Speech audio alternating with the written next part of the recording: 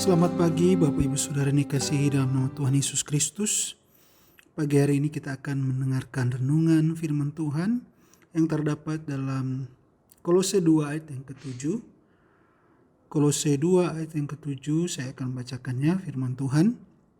Hendaklah kamu berakar di dalam Dia dan dibangun di atas Dia. Hendaklah kamu bertambah teguh dalam iman yang telah diajarkan kepadamu, dan hendaklah hatimu melimpah dengan syukur.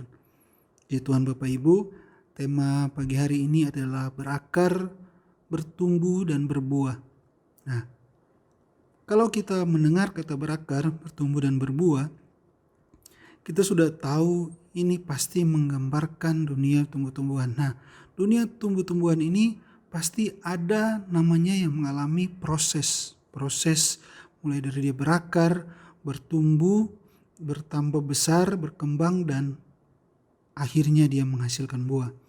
Nah, kehidupan kita sebagai anak-anak Tuhan mungkin seperti pohon ini. Nah, 3 tahap ini harus kita lalui sebagai orang yang percaya kepada Tuhan. Nah, orang yang percaya kepada Tuhan berarti dia memiliki dasar yang kuat dalam hidupnya. Dia harus berakar di dalam Tuhan. Nah, setelah itu dia harus bertumbuh, berarti membangun kehidupan kerohaniannya. Bukan hanya begitu saja. Dan pada akhirnya dia akan menghasilkan buah. Nah, kalau orang percaya memiliki 3 hal ini, kita yakin dan percaya Bapak Ibu Saudara, kita pasti menerima janji Tuhan dalam setiap kehidupan kita. Kita pasti menerima kekuatan, kita pasti tidak akan digonjangkan oleh keadaan apapun yang datang dalam setiap kehidupan kita. Nah, saya akan membagikan beberapa poin. Yang pertama adalah kita hidup berakar di dalam Tuhan. Nah, dari kata dasar akar ini, bagaimana kita melihat berarti akar ini yang membuat pohon ini tidak akan goyah. Nah, akar ini pun yang akan membuat pohon ini tetap berdiri, dan walaupun ada angin yang menerpa, ketika akar ini semakin kuat, pohon itu tidak akan tumbang. Nah, akar ini juga yang membuat pohon ini bertumbuh dan berbuah. Nah, apa yang dapat membuat hidup orang percaya berakar? Nah, ada 3 hal yang harus kita lihat pagi hari ini. Yang pertama adalah firman Tuhan. Nah, firman Tuhanlah yang membuat kita berakar di dalam Tuhan. Firman Tuhan yang menguatkan kehidupan kita. Di dalam Lukas pasal 6 ayat 47 dan 48 dikatakan, setiap orang yang datang kepadaku dan mendengarkan perkataanku serta melakukannya, aku akan menyatakan kepadamu dengan siapa ia dapat disamakan. Ia sama dengan seorang yang mendirikan rumah. Orang itu menggali dalam-dalam dan meletakkan dasarnya di atas batu. Ketika datang air bah dan banjir melanda rumah itu tidak dapat digoyangkan karena rumah itu kokoh dibangun. Biarlah kehidupan kita dibangun atas dasar firman Tuhan, dan kehidupan kita tidak digoyangkan dan tetap kokoh di dalam Tuhan. Nah, yang kedua adalah kita harus punya iman di dalam Tuhan. Dalam Yudas 20 dikatakan, akan tetapi kamu saudara-saudaraku yang kekasih, bangunlah dirimu sendiri di atas dasar imanmu yang paling suci dan berdoalah dalam Roh Kudus. Nah, malah pagi hari ini bangun kehidupan kita di dalam iman, di dalam Tuhan, dikatakan yang paling suci dan yang benar, sertai dengan hidup yang suci di dalam Tuhan. Nah, yang ketiga adalah Roh Kudus. Nah, dalam Yohanes 14 ayat ke-16 dikatakan, aku akan meminta kepada Bapa dan ia akan memberikan kepadamu seorang penolong yang lain supaya ia menyertai kamu selama-lamanya. Nah, Bapak Ibu Saudara, Roh Kudus juga yang akan memberikan kita kekuatan, yang akan mengingatkan kita, yang akan memberikan kita sukacita.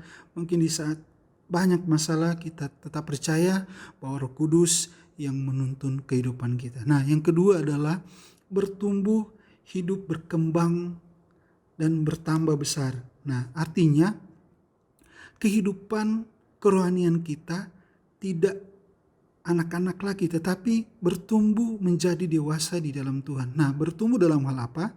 Nah, di dalam 2 Petrus 3 ayat yang ke-18, tetapi bertumbuhlah dalam kasih karunia, dalam pengenalan akan Tuhan dan Juru Selamat kita Yesus Kristus. Baginya lah kemuliaan sekarang dan selama-lamanya. Nah, bertumbuh juga ini ada dua hal yang kita lihat. Bertumbuh dalam kasih karunia dan bertumbuh dalam pengenalan akan Yesus Kristus. Nah, apakah bertumbuh dalam kasih karunia itu? Yang pertama adalah kita meresponi atau mensyukuri kasih karunia Tuhan. Nah, kata lainnya kita berterima kasih atas kasih karunia yang Tuhan berikan dalam kehidupan kita. Nah, kasih karunia itu seperti apa? Dalam Efesus 2 ayat 8 yang ke-9 dikatakan, sebab karena kasih karunia kamu diselamatkan oleh iman, itu bukan hasil usahamu tapi pemberian Allah. Itu bukan hasil pekerjaanmu, jangan ada orang yang membanggakan diri. Nah, dikatakan sebab kasih karunia kita diselamatkan oleh iman, bukan hasil usaha kita, bukan karena kekuatan kita, tapi karena Tuhan. Nah, kasih karunia keselamatan dalam Tuhan memelihara kehidupan kita. Di dalam Filipi 2 ayat yang ke-12, kita mengerjakan keselamatan kita dengan takut dan gentar. Salah satunya tidak akan menjauhkan kehidupan kita dari pertemuan-pertemuan ibadah. Dalam setiap ibadah kita harus rajin beribadah kepada Tuhan, bukan saja hari Minggu, tetapi dalam kegiatan ibadah yang lain kita harus lebih lagi mendekatkan diri kita kepada Tuhan. Nah, yang selanjutnya kita melakukan hal-hal yang benar. Dalam Roma 6 ayat 1 yang kedua, kita hidup, bekerjalah dengan benar. Dalam setiap apapun yang kita lakukan, kita melakukan dengan benar di hadapan Tuhan. Kita melayani Tuhan dengan benar. Nah, apakah bertumbuh dalam pengenalan akan Yesus Kristus meningkatkan kualitas kehidupan kekristenan kita? Iya, bukan hanya kita hidup sebagai orang Kristen, tapi tambah hari kita terus meningkatkan kehidupan kita di dalam Tuhan, terus meningkatkan kehidupan kerohanian kita di dalam Tuhan, agar kita tetap terus bertumbuh di dalam Tuhan. Nah, yang ketiga adalah berbuah, menghasilkan buah di dalam Tuhan. Nah, kenapa kita harus menghasilkan buah?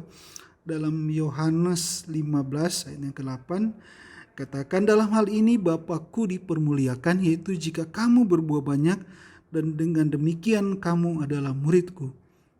Nah, supaya Bapa dipermuliakan yang pertama. Dan yang kedua adalah membuktikan bahwa kita adalah murid-murid Yesus.